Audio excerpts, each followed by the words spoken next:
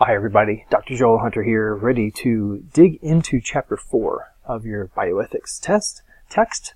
It is on truth-telling and confidentiality, and the instructional part of the text is really brief.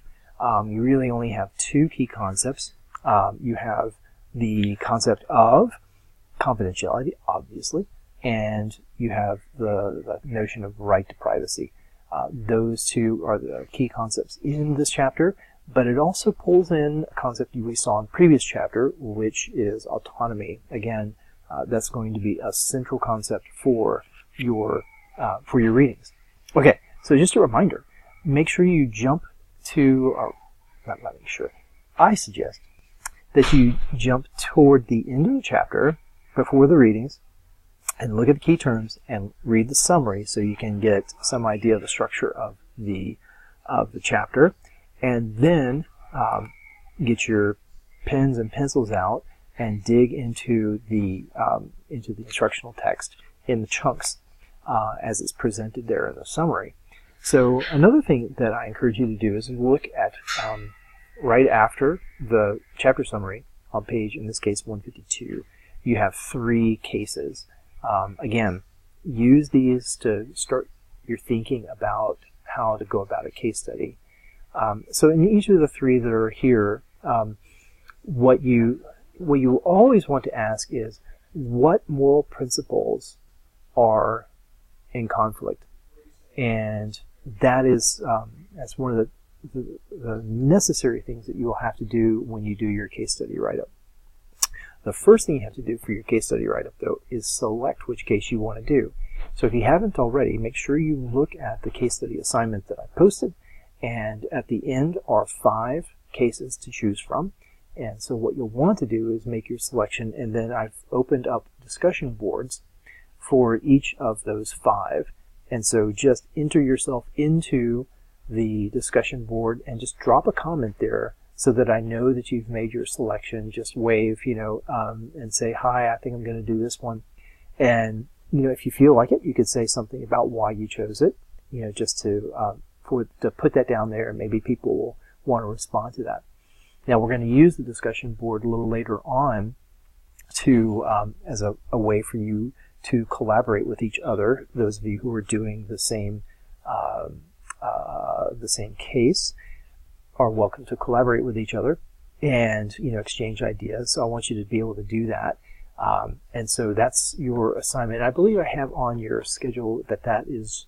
I want you to make your selection by October 1st. So do make sure that you look at that assignment, choose your case, and then put a comment into the discussion board saying that, hey, I've chosen this one. Okay, so do make sure that you get that done. Check your syllabus just to check that date, because I'm going from memory there. Okay, so let's get into Chapter 4 and the instructional text, which, again, is not a lot. It starts on page 144.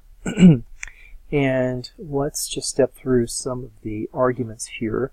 We're going to look at the negative. Why wouldn't you, as a physician, why wouldn't you want to fully disclose information to a patient? And so we're going to look at 3 arguments against it. And your text does this as well, although I'm trying to recall, it isn't chunked as in the same way that I have the slides here. What I've tried to do is pull out the specific arguments and summarize what those are, and then the counter arguments to them. So in the first argument, you have against full disclosures. Truth-telling can be injurious, evoking in patients feelings of panic, hopelessness, fear, and depression. So if you think about that, what reason would a physician what reason as a physician, their duty, professional duty, would that sort of be in conflict with? Well, think of their duty of beneficence. That is to not do harm to their patients, and this does seem to be harmful, truth-telling in some cases at least. And so maybe full disclosure is inappropriate. Well, the counter-argument is that this harm is often exaggerated and it underestimates the beneficial effects of truthfulness and fails to recognize that misleading or lying to patients can also do damage. Okay, so there is your first argument in the text. Second argument against full disclosure. Hey, look, patients don't really want to know the truth, especially if the prognosis is grim. So you think about those probable terminal cases, maybe a stage 4 cancer or something where it's highly unlikely that there's going to be, a lengthy. Well, if there's a recovery, it's going to be lengthy, and it'll be, it might be shaky. Or it might be something where it's so acute, the problem is so acute that they may have only a brief time to live. And so full disclosure, you're going to give them, in some cases, very, very hard truths. Do patients really want to know that? The counter-argument to that position is, and that's a paternalistic argument, by the way. So the counter-argument is data from surveys suggests that most patients really do prefer to be told the truth about their diagnosis. Now, if you think about that process, one way to challenge that, I think, is that counter-argument is, well, yeah, but data from a survey, that's asking people, when they're not there in the moment of having to handle the truth. They've had some time to reflect on it. But maybe that would be the proper way to consider it too. So anyway, in other words, does the survey represent people's true feelings, in hearing the full truth? Okay. Third argument is physicians have no duty to tell the patients the truth because patients are incapable of understanding it. Obviously, this wouldn't be true for all diagnoses, but you can certainly, and maybe you've experienced this too, where the physician will use a lot of technical jargon and language to accurately describe the findings. And there's some big Latin words. What do they mean? And that can be kind of baffling and confusing, and you can just sort of nod along. It's like, okay, you're the expert. And so physicians, maybe rightly, feel that, look, to tell the full truth, I have to use the language of experts, this technical vocabulary that patients just cannot understand. So the counter-argument here goes in two parts. So even if communicating the whole truth is impossible, fair enough, physicians still have an obligation to try to convey to patients the essential and relevant information. So that means you don't necessarily have to use the technical vocabulary to go for 100% accuracy, but full disclosure can still mean all the essential and relevant information in a vocabulary that patients can understand. The second part is that conveying the whole truth and nothing but the truth is unnecessary.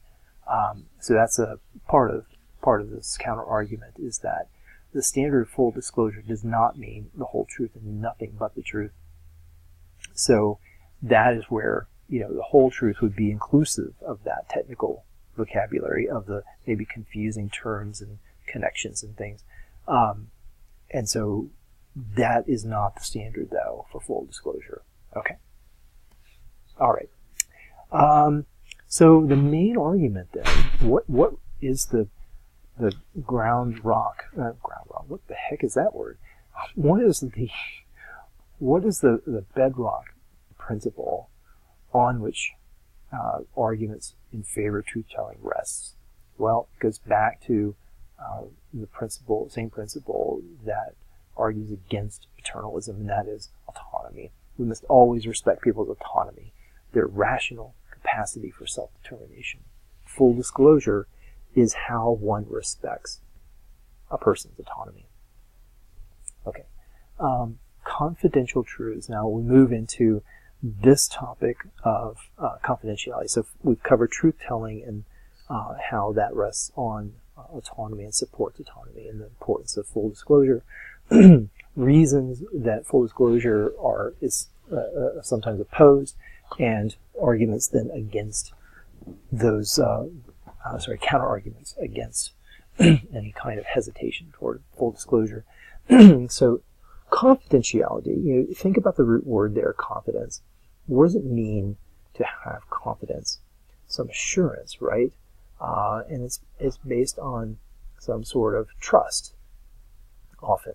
And so if you have confidence in your physician, what does it require you to have confidence in your physician?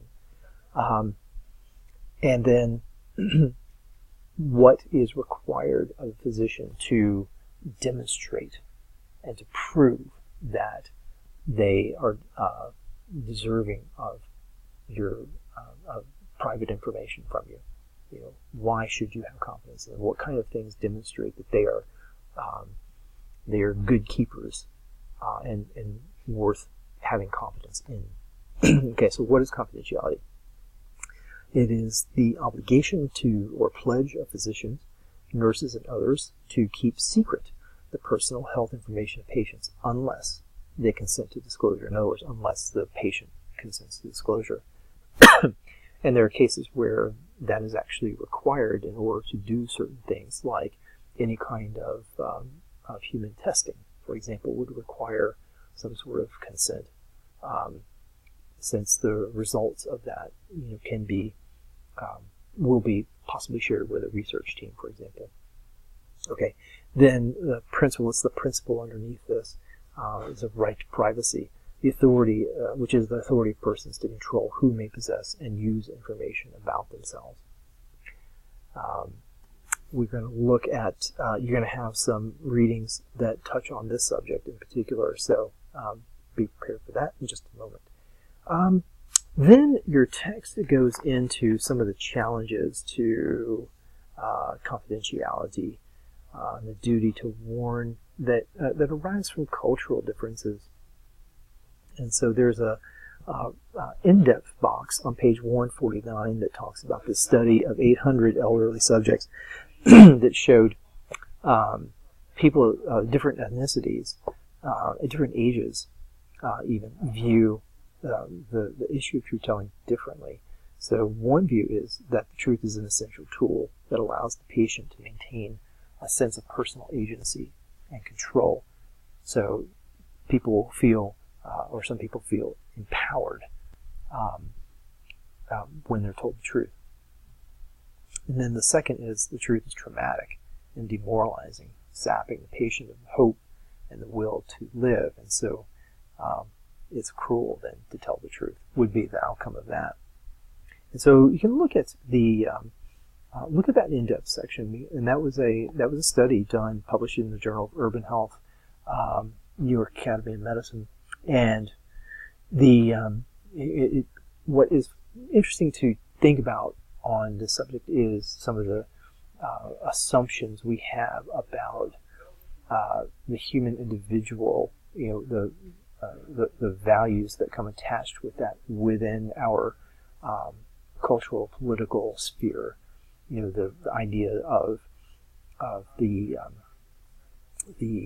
sovereignty of the individual, and the whether or not there are obligations to others, social obligations, and then the spectrum of respect accorded or afforded to different individuals within the society, a different group. So, for example, the status of the elderly looks very different in the United States than it does in other societies. Okay, so anyway, that's a really interesting thing, and it's one of the complications of applying these principles when we're talking about the healthcare. So, next, let's see, arguments for confidentiality, and this is, and you can see where you can test each of these to see where the potential conflicts come into play. By the way, when I said earlier, when you're looking at the cases, to figure out, okay, which moral principles are coming into conflict in this individual case, it's going to be probably from this set, one from this set. the arguments for truth-telling, arguments for confidentiality. Without respect for confidentiality, physicians would have a difficult time fulfilling their duty of beneficence. Okay, so if a physician does not, if a physician proves himself or herself unworthy of the patient's trust, that they seem to be loose with private information, then the patient is going to be less likely to give them all the information that might be relevant to their treatment and for their care. So then physicians become disabled in not being able to fulfill their duty of beneficence if they're not accepted as trustworthy, as inspiring confidence in their patients, that the patient's private information will be protected and guarded. Second point, then, is without respect for confidentiality, trust between physician and patient would break down. So I've mentioned that already as part of the first argument. But that's more from obviously the patient's perspective. Third argument is disclosure of confidential medical information could harm patients. And so you think about where there might be good reasons, it would seem, to disclose private information that was held, or confidentiality was promised or assumed. You can imagine situations where it seems like, I'm going to need to disclose this information in order to avoid harm to some patient. Okay, so there's a case study about HIV research that I think is case number 2 in your text, where that is the sort of moral conflict involved. And then fourth is that persons have a right to privacy, which is a statement of a general moral principle. But if you take that as objectively true, then there have to be categorical reasons, good reasons, to make an exception to that right. Okay, and so to close it off, then, to end this, you have to, one problem that courts have dealt with is whether respect for confidentiality is absolute or whether it's prima facie. So in other words, prima facie, case-by-case basis, on the face of it, with the individual case in consideration. Absolute would be applies without exception, so irrespective of the particulars of the case. And so the absolute view would be that any violation or any breach of confidentiality undermines the trust of physicians and patients, and it amounts to deception, which is impermissible. Okay, so that would be the absolute. Those who view confidentiality, respecting confidentiality, as absolute. Those who believe that exceptions are sometimes justified, and are weighing then confidentiality, duty of confidentiality, against other duties, such as the duty to prevent serious harm to others, right, or to the patient, him herself or herself. And so, in such cases, then it would be a prima facie duty if then there are exceptions allowed for those duties that might compete with the duty for confidentiality or the obligation to maintain confidentiality.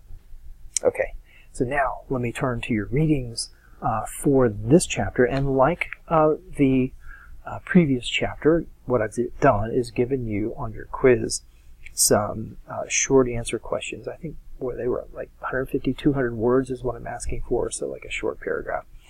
Short paragraph response, nice and pithy response to a question tied to each of the 3 readings for this chapter. And I'm going to mention what the readings are. Of course, they're on your syllabus. And I'm also going to post the question ahead of time for you to be able to prepare your answer. And for this chapter, I'm making these extra credit questions. So there were 2 points of extra credit to your quiz if you choose to answer them. You're not required to answer them, but they do count as extra credit. Now, I encourage you to do them even if you don't get any credit for them, because it's good practice for when they are going to be required and not just extra credit. And that'll happen, I think, with chapter 6 when we get to part 3.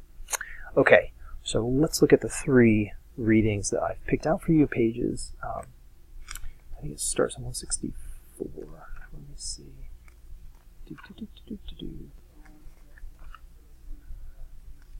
Yeah, 164. So this is Cullen and Klein, and a relatively recent paper that is called Respect for Patients, Physicians, and the Truth. So they argue that the deception of patients, even if it's intended to benefit them, is wrong because it disrespects them by restricting their freedom, that is patients' freedom, to make choices about their own lives. Okay? So that is their argument. And so if it is, if confidentiality is a prima facie duty, then the kinds of suggested exceptions to it, such as that I also have a duty of beneficence to the patients, and so I ought to maybe under these conditions disregard the duty to confidentiality to do this greater benefit to the patient. So Cullen and Klein argue against that, so that even if it's prima facie, that's not a good reason or not a good exception for violating confidentiality. Okay, and so that's the basics of the argument. This is presented in 3 short pages, and then they take up what they call three critical questions that are raised that will look familiar once you've gone through the instructional part of the text. And I'll just mention them here. This is on pages 167 to 71. Okay, so and they think that these are such common questions that come up that they have to be addressed, and so they do. What if patients don't want to know about their diseases or the state of their health? So that sort of came up with the cultural study that what if a patient views it as cruel to tell them the truth? Okay, so what about that objection? Then what about if a physician is unable to tell the patient the truth? So this is, it's not like a physician is God. It's not like they know everything, and so they may just be unable to tell the patient the whole, the whole truth, right? Making that distinction between full disclosure and whole truth. What might be part of full disclosure to admit what is not known? Okay, so that is not an excuse then to violate confidentiality. And then third critical question that arises is, don't physicians sometimes have a duty to lie to their patients? Okay, so they take on that as well and give a brief argument, however, in rejecting that. Okay, so they argue that the principle of respect for persons requires physicians not engage in deceiving patients. They have argued that it's clearly wrong for physicians to tell patients that they need surgery that they don't need. Those lies are wrong because it prevents patients from making informed choices about their lives.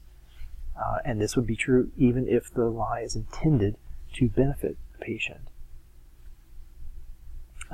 So they think that, although they don't say that the duty of confidentiality is absolute, they come fairly close to saying it, that the standard, if it's a prima facie duty, is very, very high for any kind of exception to breaking it. Okay, next is Confidentiality in Medicine, a Decrepit Concept by Sigler. And so this is, let's see, page 177. This appeared in the New England Journal of Medicine. Notice that the date is a good bit older, and so it might reflect. You may think it reflects an older view, but actually, Sigler's argument is based on the rapid changes in technology and medical technology, and the sharing of information among different institutions, like between doctors in the hospitals that they work in, and then maybe doctors' groups, and then the insurance agencies, and then maybe state governing boards, and then what about federal agencies as well? Wow, it looks like your private health information is all over the place, right? And this is just a reality of this information being handled in a technologically sophisticated way. Excuse me. So, he argues that medical confidentiality, as this sort of desirable principle, really no longer exists in practice.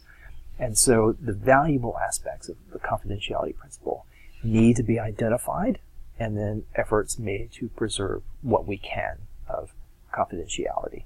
So he wants to say, this sort of the notion of confidentiality that's based on especially a Kantian ethic, the sort of inviolable autonomy of the human individual and the duty of respect to treat human being as an end to themselves, and so always never as a means to an end. All of that Kantian package that comes with the principle of confidentiality is just not practical, in at least when it comes to medical practice. Okay, so have a look at his arguments. Let me see if there's anything else I want to say about it. Just draw a couple of notes. Yeah, I think I've given it to you pretty much. It's a short, simple argument. And then I've got a court case for you, a very famous court case that established some of the legal position on this, Tarasov versus the Regents of the University of California. So look at the background in this case. So it starts on page 191. This was decided in 1976, California Supreme Court. And so the main points from this are that the duty of confidentiality can be overridden when a patient poses a serious danger to others. Okay, so the Supreme Court of California takes the view that the duty of confidentiality is a prima facie duty, not an absolute duty. And so the criterion that they've suggested is legally appropriate is that in the judgment of the medical practitioner, I think in this case it was a psychologist, that if a patient poses a serious danger to others, that is when it's permissible to violate the privacy rights of that individual in order to prevent harm, in other words. So the famous quote from this decision is, "The protective privilege ends where the public peril begins." In other words, protective privilege of the individual. The individual's protective privilege ends where the public peril begins. Okay. And then what I want you to do, and what you need to do then in order to answer the question I have for you, the extra credit question I have for you on the quiz, is to understand the plaintiff's complaints and then the defendant's response, and then how the court adjudicated between those two positions, those two arguments. Okay? And by the way, they recognize even as far back as 1976 that the sort of technological changes with health records being computerized really was changing how this principle of confidentiality is implemented, how we can continue to protect confidentiality in an age when it seems when our information, personal information, private information is very porous, or the systems that hold that are porous, I should say. So even back then, what is that? Gosh, whoa, is that 40 years ago? That's 40 years ago, 41 years ago. Even then, they were aware of some of the really serious issues that we're facing in 2017 with the easy accessibility, it seems, to some hackers to gain access to our most sensitive information. So that is Chapter 4, Truth-Telling and Confidentiality. Good luck on your quiz. Be in touch if you have any questions. Take care, and I'll talk to you later.